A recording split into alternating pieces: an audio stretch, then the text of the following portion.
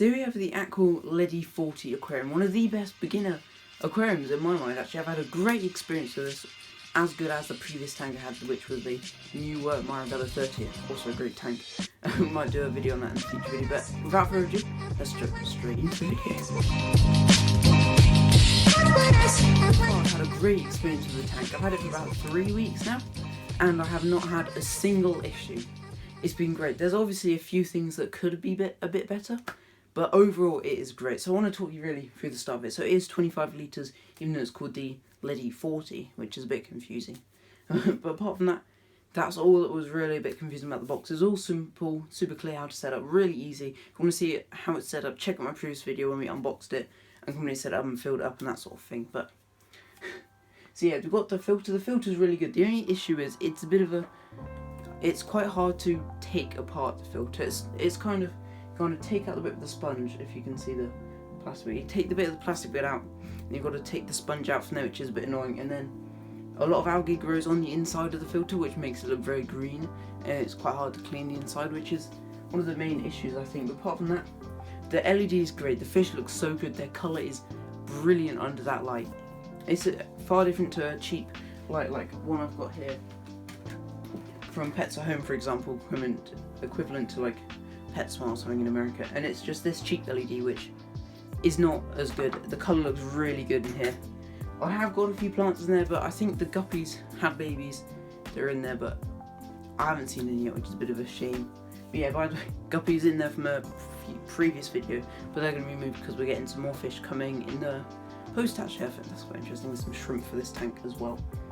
The heater is great. There is a light obviously, so you can see if it's on or not, but sometimes it flashes, and if it's in your bedroom at night, you might want to put something up against the glass just for the night to cover it up, because the light is actually fairly bright in your room. It's bright red. Same with the filter though, it is quite loud. That's, I think, the biggest issue with the tank is the filter is fairly loud. I mean, I got used to it after a few days, but it is a bit unhelpful at the best of times. And if we move to the lid here, we've got this bit of sort of a flap in the roof for feeding the fish, and you've got a good sort of size space, about that sort of size, which is great. I mean, it's great, but you can sometimes catch a bit of food in there if you just take like your pot and then kind of shake it in.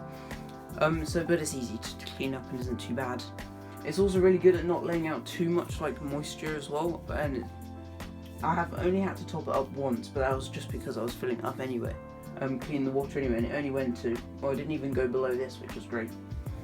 But yeah, it's doing really well. I'm really happy with it. Everything's looking good. I might put proper scaping in the future, but for now that'll just do. Gives it a lot of space for the fish to hide in. So yeah, this is the scape I've got. I've got a bigger plant in the back and then just some smaller spare ones I had. There's the best female guppy. I think she's still yet to have babies actually. And we've got this bridge the platy's like hiding underneath. But as you can see, the filter here, you can see there's obviously a bit of algae growing there, which I've scraped off most of it, but on the inside of this bit, this is where I was saying about all the algae growing, and it kind of gets a bit hard to handle because you've got to kind of stick your hands in the inside to kind of scrape it out with your fingers or whatever. But let's give you a quick update on the fish if we can find the guppies.